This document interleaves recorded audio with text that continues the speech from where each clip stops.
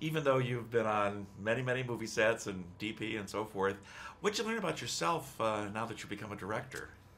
That's a good question. I think that I have the ability to be more patient than I sometimes feel I am. You know, I, as a DP, and that was really my career for most of my career, I can be go, go, go, and really about like the logistical challenges of making a movie.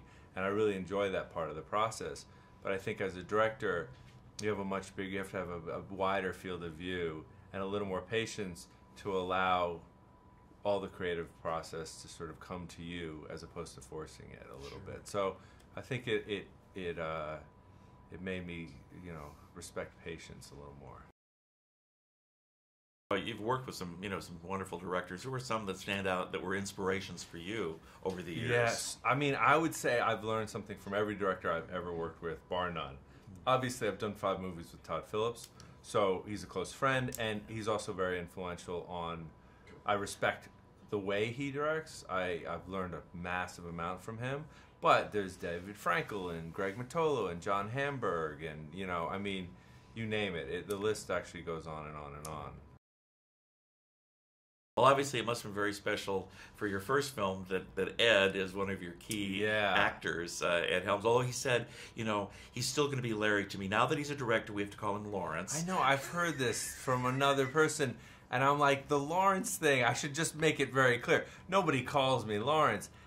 Because I'm a visual person, the Lawrence is simply because aesthetically, this is actually the truth. I like the way the long name looks against the 4 letters Sher. It's purely aesthetics. That's it. So keep calling me Larry. Not Lawrence to anyone. But working with Ed must have been a lot of fun in this. Yeah, working with Ed was fantastic. And obviously, I used to always look, and this went from the beginning of the first Hangover movie, as Ed is sort of the comedy linchpin to the success of those movies because he really was the all-star. And over the course of making those movies, I gained so much respect for his ability as an actor and a comedic actor. So when I came time to make this movie, he was actually the first person I got attached. And thankfully, because there was obviously a little bit of a shorthand, but also he makes me feel so comfortable, and I trust him, and I think he trusts me. So it really made the whole process a lot better. And obviously, great to get Owen. And of course, they didn't even really know each other hardly. I know. And I think they'd met at one dinner party or something, they were saying to me, but they never worked together, obviously. So to have them connect and have chemistry right away, it had to be great for you. It was part luck, part, kismet, I don't know, but thank goodness that they did have the chemistry they had. And I remember because we all had dinner once, and partly because, they're both famous actors, and partly because they're both comedic actors, I just assumed they would have known each other. But when we had that dinner that night, it really was the first time they had sat down and really had a meaningful, sort of time together. And it wasn't even necessarily in that dinner, but the first time we sort of played through some rehearsing, I was like, oh my God, these guys enjoy each other so much that this is going to really work and be a lot of fun. Because they genuinely like each other and make each other laugh, and have this almost like a brotherly thing from the get-go.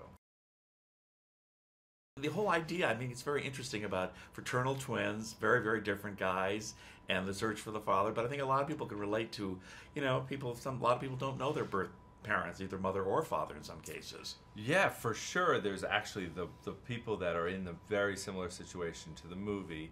But even people that know their birth parents, I am always interested in is how much do you really know your parents? You can relate to just your parents had hopes and dreams and lives long before you existed, and part of the story that these brothers go on is learning about their mom. And of course, that's played by Glenn Close. So to have her in this in a comedic role was terrific. Yeah, it was terrific for me that she said yes. I was blown away that she was willing to do the movie. And first of all, a great actor is a great actor. And sometimes they're, like we all are, sort of put into certain boxes and typecast. I don't think people necessarily think of Glenn as a comedic actor. But I just remember all the roles I'd seen her with in years and years, and thought, of course she'll be fantastic. And first of all, she's going to make it really grounded, and she's going to find the truth in every scene, which for me is the most important thing anyway. And from that truth and from the drama comes great comedy, and so I knew she'd kill it, and she did.